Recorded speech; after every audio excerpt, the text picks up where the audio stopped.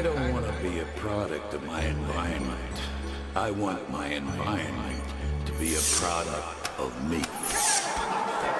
From the top to the bottom, I was raised to be solid. Real at every angle, I ain't worried about the audit. Never see the hate, tunnel vision on the profit. Boss moves if I want it, best believe I cops it. Team so tough, moving silence like the mafia. Trying to get the foreign whip, probably name it Claudia. Wife rockin' Tiffany, that's just another day to me. I be living lavish, that's why these haters be hating me. Stronger than I ever been, never break, never been. God first, family second, money is like next to kin. So if you come in for me, pull the trigger, guard and shoot. Kevlar mindset, lifestyle bulletproof. Bulletproof, built tougher than your average. Ultimate hustler, I'm the total package. Bulletproof, I know you see me in your scope. I'm the captain of the ship, you just a sailor with a boat. Bulletproof, built tougher than your average. Ultimate hustler, I'm the total package. Bulletproof, I know you see me in your scope. I'm the captain of the ship, you just a sailor with a boat. Bulletproof. What's up, everybody? You're on the Bulletproof Mafia, and I'm Michael Munsterman. Today's episode, I'm hanging out with Aaron Axmear. Thanks for having me. Yeah, dude. Yeah, I'm this excited. is cool. Yeah. So and for anybody that listens to the podcast, you already know I don't really have, whenever I have somebody on, I don't have an agenda. I haven't coached him on what we're going to talk about. We just get in here and spit a little bit, talk, chill, hang out. And today we're drinking some bourbon. Cheers. Cheers. Yeah. So Burning Chair is the bourbon of choice today. It's fantastic. All right, cool. So we've actually been chatting here for a little bit. Yep. And you were just in the middle of telling me how awesome my studio was, which I think it's awesome. Not that I've been in a ton of studios to judge it by, but I'm super impressed and feel kind of big time. Right yeah, now. no, Like, you you should. Yeah, You should. Right. So you guys have heard me talk across the last, so this is episode 101. Oh, wow. Yeah. Yeah. Been at this for a minute. Yeah. We started in 2018, but one of the underlying resonating themes that I talk about a lot is working out. And obviously, you know how I feel about it. I love CrossFit. And Aaron is the owner of our local CrossFit gym, or at least CrossFit Lee Summit. Yep. One of the affiliates in the Metro. Yeah. And one of the longest standing, right? Like, what's the genealogy there as far as how long you've been there? I think we might be the oldest CrossFit gym in Kansas City. There were ones that were before us, but they have since come and gone. So wow. I think we're one of the oldest ones still operating since 2009. Yeah. And so that's a super huge feat. I mean, so not only, obviously this podcast is about the entrepreneur, and it's about like growth and scale and expansion and just for a business to make it a decade. I mean, we just had a 10-year party in November. Just had the 10-year party, right. I mean, that's really interesting in an aspect of when we first started doing it, I never expected 10 years. Like, I wasn't a good enough business owner to even really think that far ahead, I wasn't anyway. And then it just all of a sudden creeped up on us, and all of a sudden it's a decade. Yeah. So, but a lot of growth, a lot of wisdom over those years, and a ton of fun. That's been the most important part, I think. Yeah. Well, I think it's certainly part of the success of what is being an entrepreneur, having fun doing something. Absolutely. Oh yeah. I mean, I can't imagine being stuck in a business for a decade, running a business for a decade that I didn't enjoy. I mean, obviously money changes certain things, but at the same time, like how much is it how much quality is it bringing to your life? Right. And if it's not, then why would you continue? I guess that would be my question. I mean, and I feel unbelievably lucky to have gotten into what I'm doing, continued to do it, been able to do it for 10 years, been able to have a ton of fun. Yeah, worked your ass off though too. I mean, it wasn't handed to you. No, absolutely not. I mean, but I think that's what lucky's a bad word in my world, bro. When we're talking about business, like, yeah, there's the little bit of a blow of the wind. Right. But also, like you said, there were a lot of gyms that were there before you, right, and they're not there anymore. Yeah, maybe, and lucky may be a really bad approach or way to actually categorize what has happened. It was a lot of hard work. It definitely, but I feel lucky, Sure. I guess, Yeah. luckier than some. Well, so I do the same thing to people when they're like, yeah, I really married up. I'm like, don't fucking say that. Like, no, and I mean that because I feel like, here we are. See what so earlier we were talking about facts, feelings, fiction. You see what happens here, I feel like. The truth is that you can't marry up. You talk someone into marrying you, or she talks you into marrying her. But regardless, there was an even exchange of rings. Sure. There wasn't that much difference in weight. There could be But well, on the converse side of that, can you marry down? Yeah. I've never experienced that. Well, no, but like you haven't either. No, definitely no, it's not. an equal exchange, and you get what you deserve. I guess sometimes I feel like maybe my wife married down, though. See, I wouldn't let you say that. We're gonna. No, I mean, but so it is that, and what's cool about this is I feel like some guys get married or some guys get in business, and I think there's a huge likening here. There's this parallel inside of, I got in this business, and maybe it was fortunate that I chose this industry or this location or whatever, but take 100 other guys and put them in the exact same industry in the exact same location, and they fall on their dicks. And the same thing with the marriage. Like, they get in it, and then they just, well, I'm married, hard part over, check. Well, I'm an entrepreneur, hard part over, check. Shit. Yeah. Yeah. Like, you know what I'm saying? I get. Yes, I guess I do understand that. I think you and I probably just come from the worlds where that doesn't exist. No, it's not real life. And I'm assuming those people probably do exist out there, but I guess it just doesn't really correlate with me in I don't real know life. Anybody who does. Right. It's just like just brought up. Like, you get up, you go to work, you do what is demanded of you each day, and you like put the work in at your job, your business, your marriage, whatever. I mean, like, I guess I just don't know people that like check those boxes and think that the work is over. No way. No. Right. Because those aren't the people. Those people flail out so fast. Yeah, and they don't seem to be super real most of the time either. And that's it's hard to surround yourself with people like that, I guess. At least on a regular basis. Right. So. Well, and I've met. So my wife we have this thing inside of our house where we believe that our words are powerful. Right. And what you think you hear, what you think you say, and what you say you hear, and what you hear you think. It's this really ugly little door of speak what you want. And so my wife, inside of some of the relationships she has with girls who don't really know her that well, and she's learning to be more strategic about this, but she'll say, my husband's perfect. Does she think I'm perfect? Absolutely. Like, fuck. No, right. Yeah. No, I am so far off from that. But I think there's like inside of that, what she does is she's speaking that over. And I've actually had to say to her, look, just to kind of piggyback off what you just said, I've had to say to her, although that's what you think, at least compared to what you maybe have or could have experienced somewhere else or in another situation, I'm not perfect. They all know that I'm not. And they judge the shit out of you for saying I am because they don't have the context around it. They think you're fake. They don't think it's real. Like, you have to be strategic. And her intentions are good. And I know the guys you're talking about. I mean, I know that personality. Well, you bring up an interesting point with wives, because my wife does pretty much the exact same thing. I think with me and with other females that she hangs around with. And I know, she's even talked to me a handful of times about how other women have been like, you're just so lucky. Like, you and Aaron love each other. Like, you have this love, and I don't necessarily know if this is where we were supposed to go. We're going wherever we want to go. Right, with this. But I think you and Joy have the same. Kumbaya. Right. But I honestly think you're probably selling yourself a little bit short, even though perfection is a tough word, right? Like, really, really, really hard to obtain perfection in anything.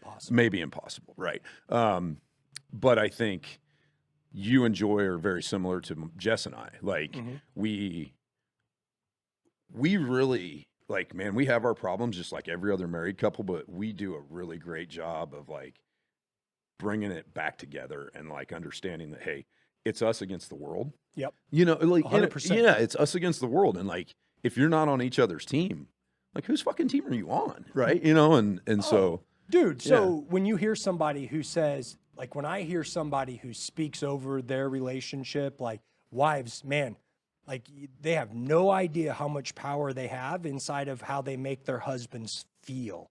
And so when a wife goes into a group of other women and is complaining about her spouse, they're doomed. Right. On some level, whether it's in bed or whether it's in their house and nobody sees it, Right. whether it's there, because if you're speaking that shit to people who aren't on your team in this world, right, 100%. Yeah. I know exactly where you're going with it, and I think that's a tough situation too, especially well for wives like ours, right? To sit in those rooms with those other women and have to hear those things about their husbands and know that it's like, man, it may not be a completely doomed situation, but it's not right. It's not where it should be, right? No, for sure. And yeah, it's tough. But I do think, you know, when you think Joy says you're perfect, my husband's perfect, she thinks you are. Yeah. And I think, you know, like we all have our little things that maybe aren't perfect about us, but you guys have been together long enough and you fought the battles and you've come together, you know. So yeah, I gotta give you nuts on that. You know what, dude? But and the other thing is too that it is genuine, and we kind of started down this path with entrepreneurs or people or let's just talk about people in general who are fake as fuck, like who put up this fake wall, right? Because I think that's where you were going earlier with it's hard to be around those people who build this shadow box. Yeah. I mean, I just don't know that I mean, obviously in business, you have no choice who walks through your door. Right. But like the people that you surround yourself with, or I surround myself with, and are like who you choose to let into your life, I just don't know that I have any of those. Like, I'm sure I don't because I don't allow it, you know, and it's kind of like sometimes those people don't even exist in my world, I guess, you know, like, I don't know if that's kind of arrogant to say, but like, you know, it's just, you just know who's willing to grind. Well, and there are main characters in everybody's story, and then there are the ancillary, the B-roll, the large crowds of masses that come through business owners' roles. Right. And it's super interesting because what I find, and I'm sure you experience this too, I know because you were slow even to, and we've become friends over the last 2.5, 3 years that we've known each other. Yeah. But that wasn't, you don't let your walls down super quick. You're helpful as a coach, as a business owner, you're there. But it was evident that you're cautious to who you let in your circle, who you let star in your movie. Right. I mean, you know, but I always feel like I bribed you with bourbon. Well, shit, you know my weakness. I always feel like I would give everybody a chance. Yeah, like for sure. No matter what. But like it takes some time to prove who you are as a human being to me. You know, and then I kind of have my categories of where I put people, and I think there's only really two. Are you a decent human being, or are you a fucking piece of shit? Like that's it. Like okay, podcast over. So here's what the takeaway is. Are you a decent human being, or are you a fucking piece of shit? Put yourself in a category and move on. No, but I mean, I'm clowning. No, I get it. It's funny. It is funny. It's kind of, and it's again maybe a little bit of arrogance, but at the same time, there's some like gray. There's some gray. Yeah. There's some gray, and you can category jump. Yeah, right. But you know, I got a few things that I just have to see out of people, whether that put you in that decent human being thing or category, and like if you don't check the boxes, then. So what's one or two of those?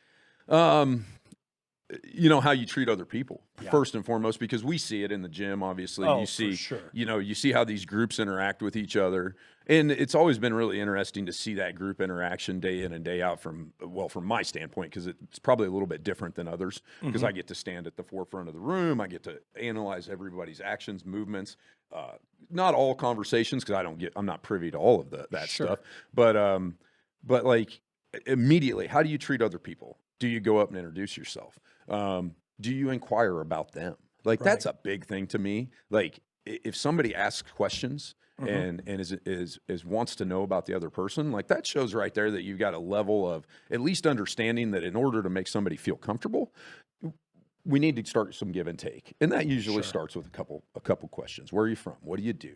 How'd you get into CrossFit? Whatever it may be. And this obviously carries over into other real life situations, not just the gym, but like everything does. Man, I don't know how many times I've sat with people and like it's the words out of their mouth are me and I, me and I, me and I, never any inquiry about anybody else. And it's like, you just know right there that person's going to get thrown into that other category. You're like, no, this person doesn't necessarily check my boxes. Yeah, sure. Throw a couple more plates on there. You'll be fine. Yeah, right. No, I would never. I would never do that to him. But yeah, I can't joke about the thing that is your true business here. So, like, let's just give some context to this because for everybody that doesn't know, the way this works is that most CrossFit gyms have set gym times. So at least this is how Aaron runs CrossFit Lee Summit. Right. So there's a 5 o'clock, a 6 o'clock, a 9 o'clock, a noon, 3:45, 4:45, and a 6 p.m. Right. Yeah. Okay, perfect. Yeah. I've obviously never been beyond 9 o'clock. Maybe come when you want to. So when you get there, you're typically on the heels of another class and you're watching them. At least for me, I show up at 6 a.m. So 5's been there and they're finishing up. You watch them finish up. You read what's on the board. You ask yourself, what level of insanity you're swimming in this day? Why are you up at 6 a.m. about to get tortured? I can obviously see how bad this ground everyone else into the dirt. Right. But here's what's cool. It's not go to the gym and pretend to flex. It's not I'm going to get a pump on the bicep on my right arm and then go stand in front of the mirror for 15 minutes and feel good about myself. It is I have about a 5 to 10 minute window to chat with everybody else who's getting ready to go in.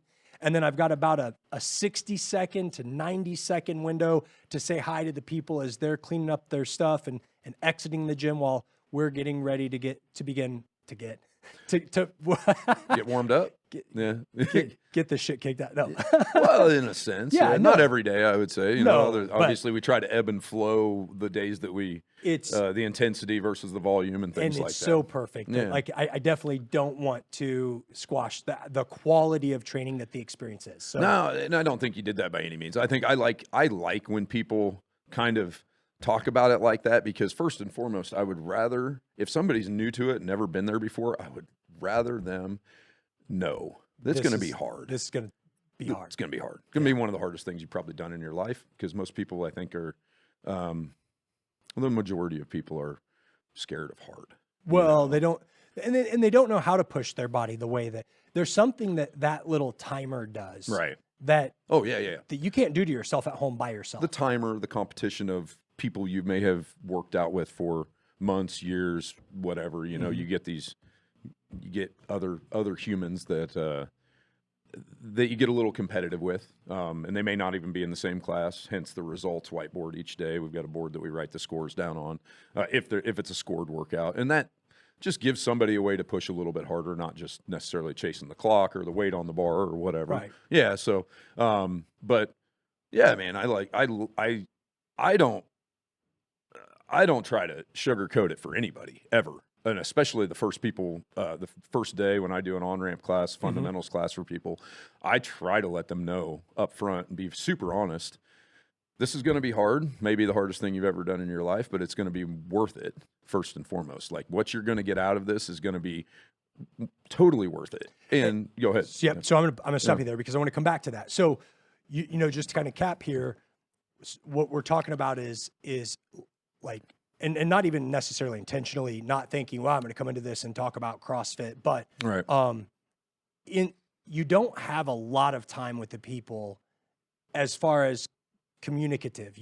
I don't get to sit with these people for 20, 30 minutes and carry on long conversations. Right. At the end of the workout, maybe you hang around for 10 or 15 minutes and chat very briefly with 10, 15, 20 other people, sometimes 2, depending on how many people checked it online the night before, how the roads cherry picked the workout. Right, yeah. But all of that just to say, when you're talking about, I get to see people and see that interaction, this isn't long stints. Everybody doesn't come every day. Right. And you're really only, I would say very few people, not at your gym, more people at yours than I would say most, but a lot of people don't come more than 3 or 4 times a week. Is that pretty? Yeah, I would 4 say times a I'd week? say 4 is probably an average. Yeah. There's a smaller percentage that do come 5. You know, and I know some people come Monday through Friday, which I try to tell them, like, don't do that. It's really hard for your body to recover when you're pushing yourself that hard day in and day out. But at the same time, they've managed to make it work for years and years, and it works for them, and that's great. But I'm like, hey, just grab a rest day in the middle of the week somewhere. Right. You know, instead of working out 5 days a week, work out 4 and get a rest day in the middle. Your life will be much better. But you know, what do I know? Yeah, well, only been at it for a decade and whatever. It's all I studied and all I read about. But yeah, it is short interactions with people unless they stick around. But I think I'm not 100% sure where you're going with this, but I think maybe you're going like you get really good at reading people Super quick. Yeah, super quick, and your environment's different than mine. So inside of the car business, inside of any other retail industry I've ever had. So it's arms open, come on in. The dynamic is I build a machine that's almost, it's not fair to call it a Venus flytrap. It's this beautiful thing that I want you to step into, and I'm going to extract revenue in exchange for the value that I add to your life. Right, absolutely. Right. Same thing that you're doing. You're adding value to people's lives. The difference is that you also have culture creatures running around who take a lot of ownership inside of CrossFit Lee Summit. Right. In other words, like people who aren't on staff get to either welcome in somebody or, and I don't even know that I can think of a situation where somebody was kind of pushed out. Yeah. You probably have a handful of them but definitely there's this period where you feel like the new person. And then one day you show up just from an outsider standpoint. Then one day I show up and I'm like, oh, these are my friends. You're not the new person I'm not anymore. the new guy anymore. That guy's the new guy, I can tell. Right. I'm a seasoned vet. Yeah, like I can answer questions. Week 3, bitches. Yeah. Right, yeah. One thing about I think within the CrossFit community, and I think this probably holds true at most CrossFit gyms, because I think CrossFit has a very different dynamic than a lot of other types of exercise paradigms or regimens, right? The community is huge. And I think the majority of people who run CrossFit gyms understand that, or at least if they're still running them and they've been successful for a while, or they obviously still have their doors open, they've started to grasp that the community is everything. How these people treat everybody within that group really, really plays on how successful you're going to be as a business owner, how you're going to be able to continue to build that core group on top of each other. And like, man, without those people, the ones that are super welcoming, it just doesn't work. Right. And you talked about people kind of being pushed out. I've not seen it very often. I think what really happens is the people that just don't really fit in or don't really want to be part of that community, they ever fold into. They push themselves out. Yeah, they eventually just walk out the door and don't come back because they don't feel like they fit in or they didn't want to fit in. I don't have obviously all the answers to that 100%, but that's what I've noticed, and that's what I think is what typically happens. I think it's what has happened at CrossFit Lee Summit more often than not. There's always been somebody who's just kind of not really been there for everybody else. Yeah. And I think that's part of it. You can't be a super selfish individual in that, you've got to want other people to do well. Right. Or right. You're just an asshole. Well, and I think that so what I love about the environment is that it exposes how you operate in every other area of your life. Like, I think so. The way you show up is the way you show up. Now, I'm going to total transparency here because, like, in this world, I just refuse to be a bullshitter. Right. I haven't been to CrossFit in 4 weeks. Well, so you're wearing a cast for one. No, I know. But I've used this as an excuse because I could have come in. But at the same time, like, I'm calling myself out on that without, like, I don't want you to parlay this back with but, because it's true. Regardless of whether I have a good reason or not, there have been 20 days that I've thought I need to go to CrossFit tomorrow. Yeah. And what's interesting is that I've been extracting a lesson from that for myself in other areas. Like, okay, so I'm using this injury as an excuse however you box it, paint it, package it, deliver it, to not go put in the work. And so what I found myself asking lately is, okay, motherfucker, what other areas of your life are you using a situation to not do the work? And this is, and dude, that's what I love about your environment and why I reference it so much. And I think when you talk to anybody who has their eye on success, has their eye on scale, has their eye on adding value to others' lives, like you're going to find that they physically put their body through work in some way or another. Most of them. And I say that because, like, especially when there's an introspective glass looking at it. And here's what I'm trying to say. I think that in that environment, you find out how people work for themselves, how diligent they are. Do they see things through to the end? Do they not? Are they sprinters in the beginning and then they fall off? And then are they fucking cheaters? Are they cheaters? Yeah, right. So and then the last thing that I thought that to dovetail what I'm saying into what you're saying is, how do they treat others? Yeah. Do they help others strip their weights, put stuff away? Do they even offer? Do they even pay attention? Or are they so not one day, because everybody has bad days. Right. But just overall, you can tell someone's heart and spirit. Right. And well, that's the beauty of where I get to stand, because I get to see day 1 through day 500 or whatever, week 2, week 3. Right. And so you get to see it. You get to 100% see who is really excited to be there because of everybody else, or if they're just there because of them. Right. And that's fine. I mean, hey, you know what? We all have our goals and we all have our reasons that we get out of bed and do that shit, you know, or in the morning, the afternoon, and whatever. But like, at the same time, that situation works so much better when we're all kind of doing it together, and we cut out the me's and the I's, and we just stamp it we. Yeah, so I completely agree with what you're saying, and that's why these guys hear me talk often about, I'll take a situation inside of an environment like CrossFit, and you'll give me a WOD. And something as simple as maybe we'll do kettlebells and pull-ups on the same day. I don't know if you ever do kettlebells and pull-ups on the same day. Yeah. But so very grippy. Very grippy. Yep. And you tear your skin because maybe you didn't maintain your like, you have to maintain your calluses or whatever. Or you just needed to tear it because it's whatever. I don't know. My point to that, I know you want to answer that. No, go on. My point to that is that I tore in a place that I felt I was strong. Right. And I was exposed a weakness in myself. And here's what's interesting. I can take that short 1-sentence lesson from my workout in the morning, and I can say, where in my life, where in my relationship with my queen, right, am I tore in an area that I felt I was strong? Where in my business is it tore in an area that I felt it was strong? Where in my faith am I tore in an area that I felt I was strong? And so I do that. And I run that through my mind almost every day. Sometimes I'll have something happen in business, and then I'll take it to my physicality, or I'll take it to my relationships with a key person in my role. Yeah.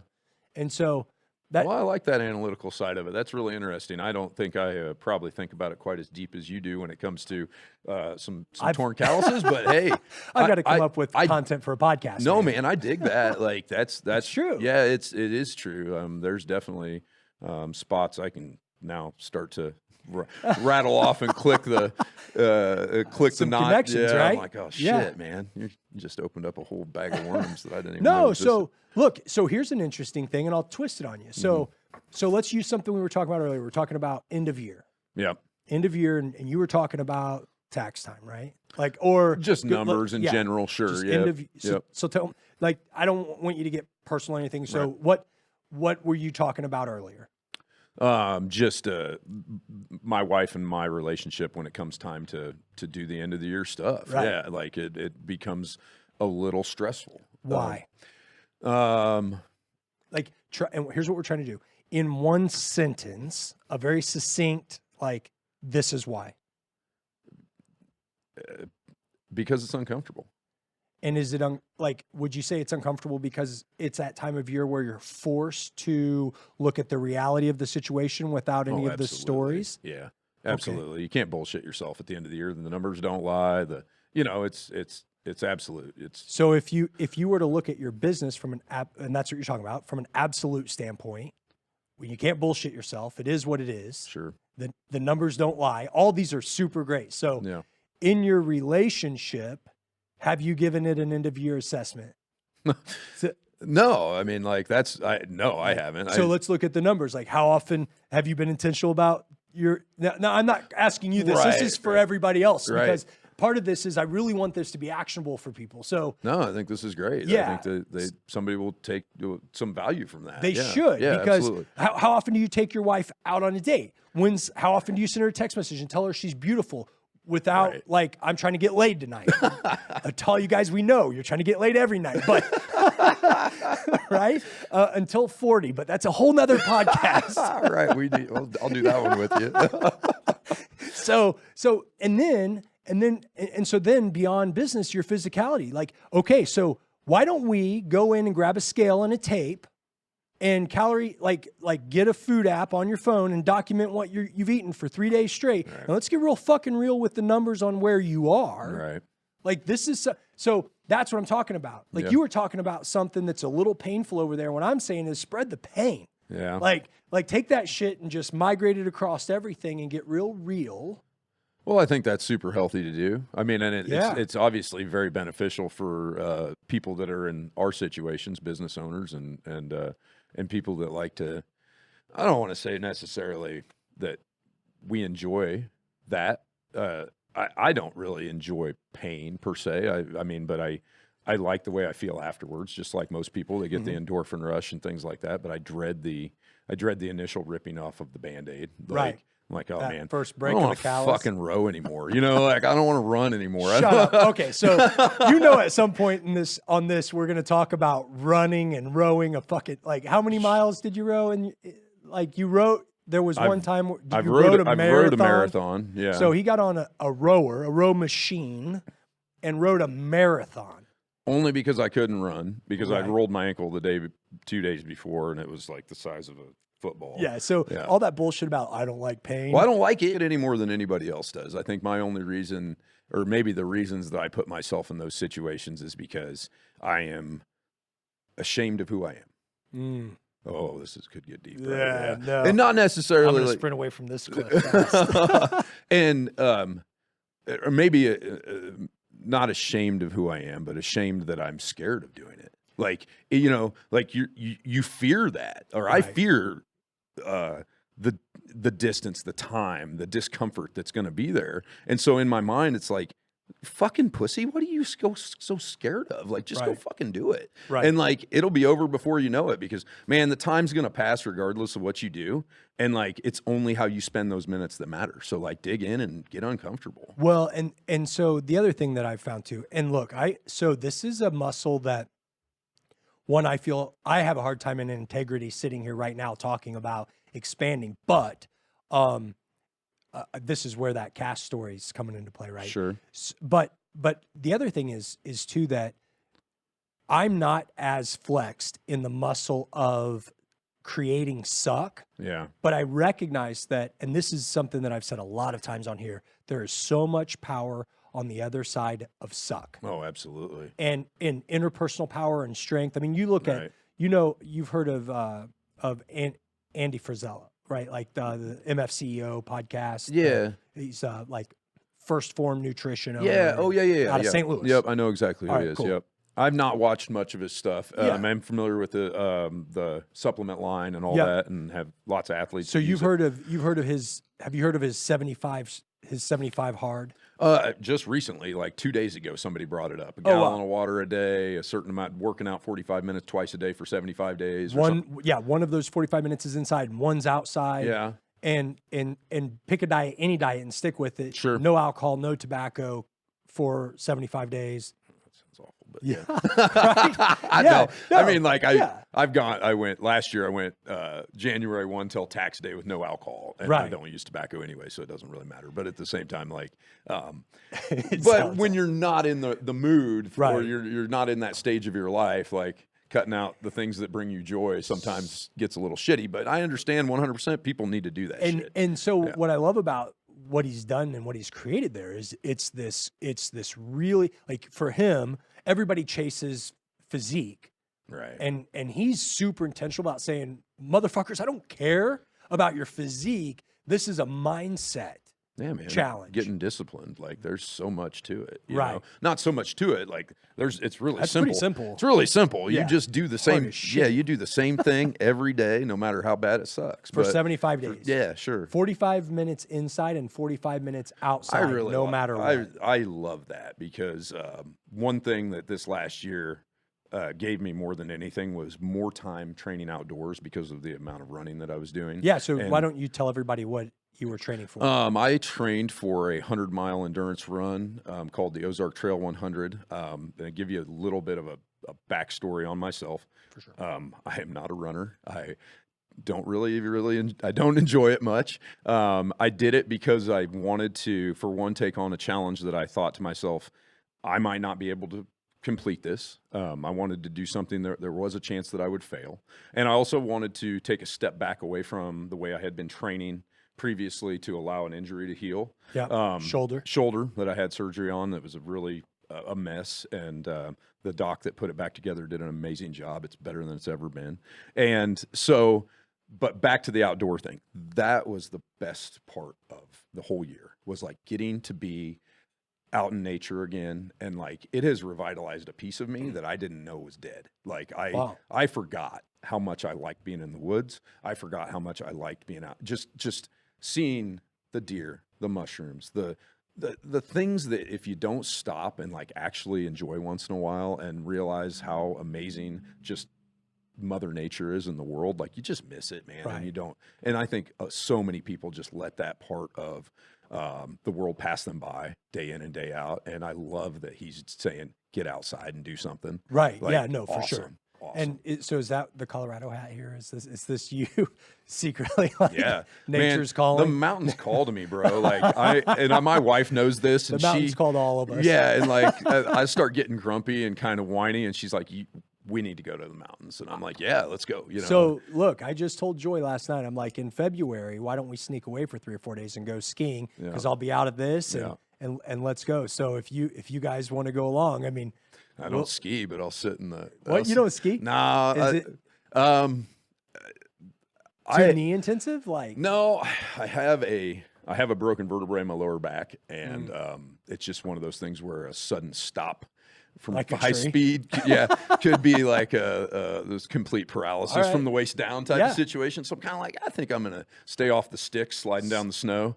But I love, That's awesome. I love to like climb and hike and do things like that. But the skiing, the snowboarding, I just don't do. I mean, I'm sure we'll go do the bunny hills. Right. I'll be a big pussy, but whatever. I'm not, you know. Hey, no, I don't care. Like I've watched several people get hurt. My oldest daughter, blew her knee just to pieces skiing. Yeah. And super sad.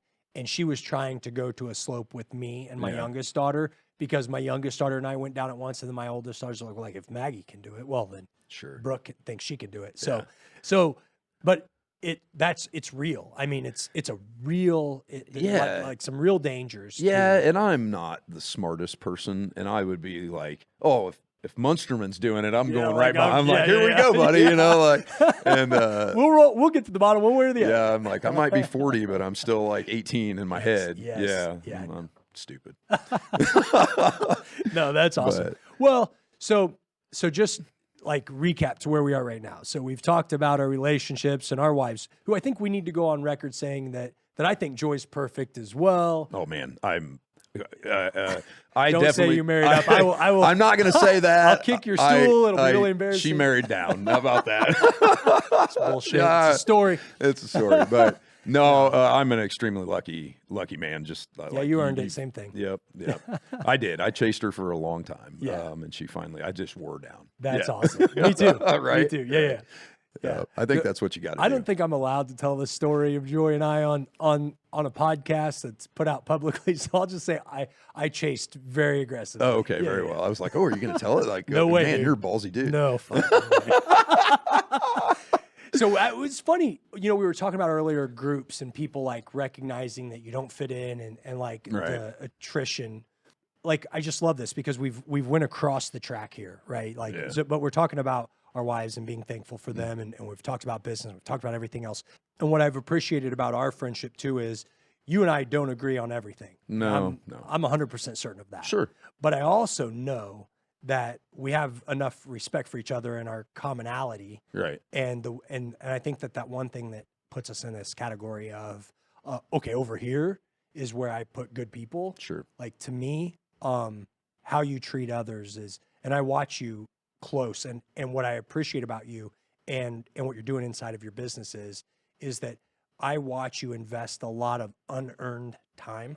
Like, I watch you help a lot of people who aren't necessarily shelling cash your way for it to help them be better. Well, all it takes for that part of me to come out is if I'm going to help you, you're going to do the work. Like, that's it. Like, if you are willing to do the work, I'll give you an extra hour, 15 minutes, 2 hours, whatever you need. Text messages, phone calls, you got it.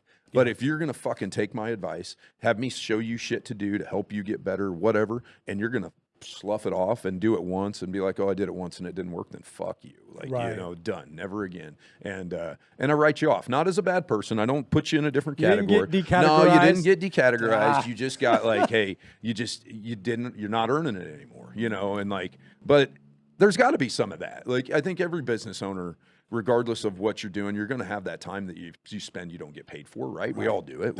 You've done it for years. And but those types of things in my business pay back over the years. Like, they really do. I definitely believe in that.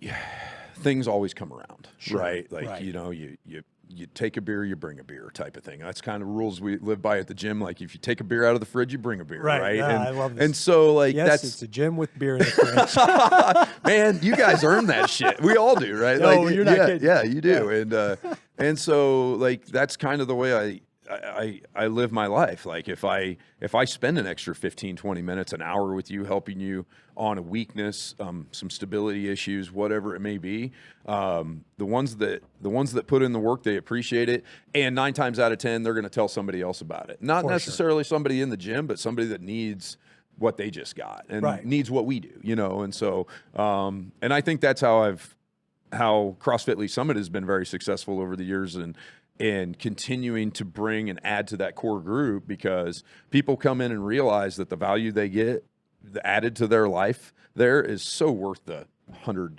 a month or whatever, and like, and the support they get, not just from me, but from people like you. Like, where else are you going to get that type of stuff? And there's beer in the fridge. There's beer in the fridge.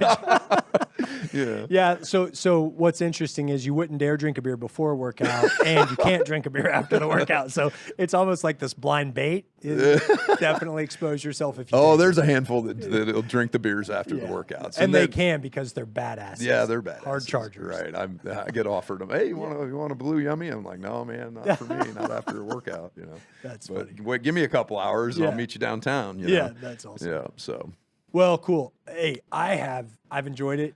Yeah, man, this has been a ton of fun. Dude, I want you to come back. I hope you want me to come back. Yeah. I'd love to do it again. This is so. Look, at the end of every episode, something that I do is I try to wrap up the entire episode into like the number one takeaway. And normally I'm much more succinct, but I just wanted to have a conversation and break the ice of getting you on here because, like, we've had some really interesting conversations about all sorts of stuff, and you're extremely learned in a lot of things that we didn't get to talk about. Well, I appreciate that. Yeah. I feel like I've lived a pretty interesting life, and I like to share it with people if it can bring some value to your life and what you want. I'd love to. Whatever you want to dig into something else. I told you I'm an open book. Yeah. I'm not going to lie to you, and I won't shy away from too many topics. I'm a little upset that you cussed. He cursed on my podcast. I cursed less than you did. No, I know. I was counting. No, I wasn't counting. So at the end of the episode, we try to wrap everything up into like what's your number one takeaway from our conversations today? Dig a little deeper. That's maybe what got me more than anything is that that's the hand tear correlation you made to different aspects of your life. I'm like, oh man, I'm not digging deep enough into this stuff day in and day out. But it would be super fascinating to have somebody who, like, through the course of a workout at CrossFit, if you get like a big revelation from your CrossFit in one sentence or less, go write it on the whiteboard. Right. Yeah, that's really cool. Yeah. But yeah, man. At the end of the day, you'll be like, I'm a shitty person. Fuck. I hope that's not what they get out of it, but so look, I love it. I love that the biggest takeaway for Aaron is to take a lesson from one area and move it to the other areas of your life, because this is so true. It could literally be, I'm having a fight with my wife because I tell her I'm going to do something and then I don't fucking do it. And then at the gym the next day, I think, okay, look, this thing in my head that I'm going to break is I commit to shit that I don't follow through on. Right. And you can take these lessons, you can move them across all sorts of different categories. And if you'll do that one thing, your life will be extremely better. Savvy. Bulletproof.